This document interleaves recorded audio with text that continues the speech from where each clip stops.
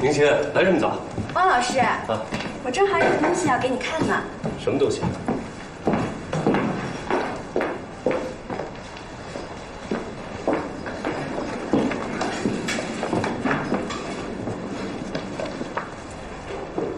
这是什么呀？汪老师，您可别生我气，这是我在上课的时候偷拍您的录像，你看您多帅呀，简直是魅力十足。你啊你啊，行行，赶快删了吧。汪老师，其实我是有目的的，我还是想让您到电视台去讲课。虽然您淡泊名利，但人到了一定的年纪，那些不如你的人都能评上教授，拿到特殊津贴。我想你一定也需要这种名利的肯定吧？你说的有一定道理，不过上电视台讲课这事儿，我还是持保留态度。可如果上电视能让更多的人听到您的课，普及更多的知识呢？行了，上课吧。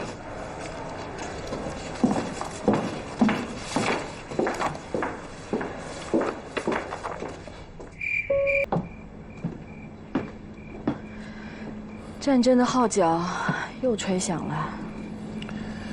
哎呀，我知道，这都怪我妈。我拿她真是没有办法呀，你也看见了，当时我拦都拦不住。算了，这事儿也不能全怪她，她又不知道小诺是瞒着咱妈去看的房。国庆，咱们家买房这事儿，你是怎么想的呀？说实话，我也没想好。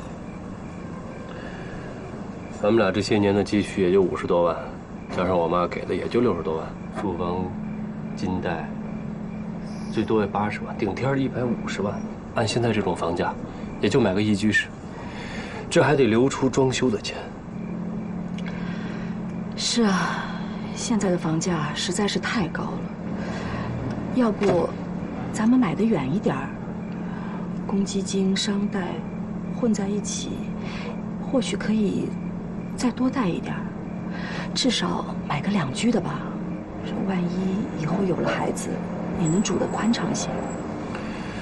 哎，话是这么说，可这每个月要给银行还多少钱？我不忙，我出去当家教吧。听说现在给小孩补课，价钱还不错。小米。我不想你出去，不管我再辛苦再累，我都不希望你再出去辛苦。不早了，上去歇着吧。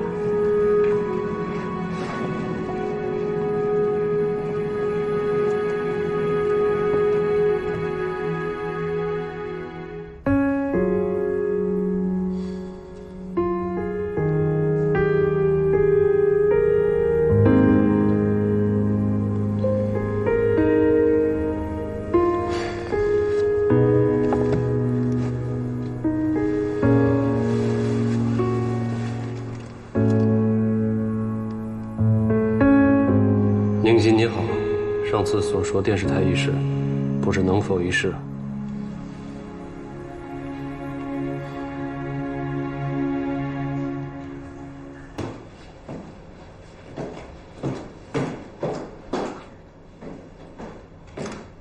这大半夜的，怎么跑这备课来了？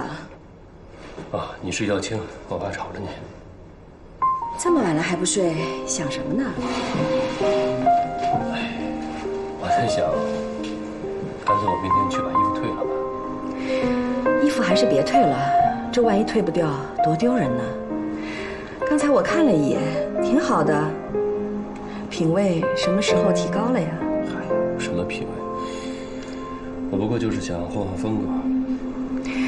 我不信，就算想换风格，也没必要那么着急去买衣服吧。再说了，这以前都是我陪你去买的呀。是不是有啥情况啊？我大脑临时缺氧，神经间歇短路，行了吧？汪国庆，你要想骗我，那还得再练2年。哎呀，实话跟你说吧，我打算去电视台录节目。去电视台？谁帮你联系的？我那学生宁心。他呀，他对你的事儿还挺上心的嘛。他在电视台实习，说这是一个机会，当然主要是我想多给家里挣点钱。这要是我让你去吧，你恐怕就会说太俗、太没文化。这宁信让你去，你不但要去，还得沐浴更衣、大动干戈的去。不对，那这衣服是不是也是他陪你去买的？对，是他陪我去买的。难怪学校那些同事都在背后闲言闲语的，看来也不都是空穴来风。小米，你真的想多了。当然，这事儿我是欠考虑，你也不用多说。明天我就把衣服退了，电视台的节目我也不录了。退什么退啊？节目照录，衣服照穿，挺帅的。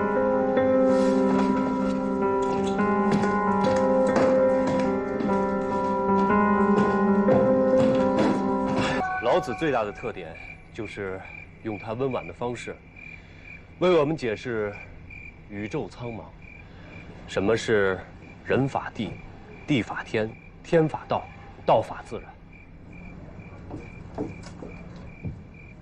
哎，小诺啊，你怎么没睡啊？睡不着，下来透透气。哎，你这是？我不是要录节目，先练练。那你接着练，我也听听。我那个，哎呀，我在家里人面前不太好意思讲。这有什么不好意思的？你一个大学教授，在我们这种小白丁面前还没自信啊？还真是没有。不会吧？我可是听我二姐说，你上课的时候神采飞扬的，好多女生都特崇拜你。什么呀？啊，当然那是两回事儿。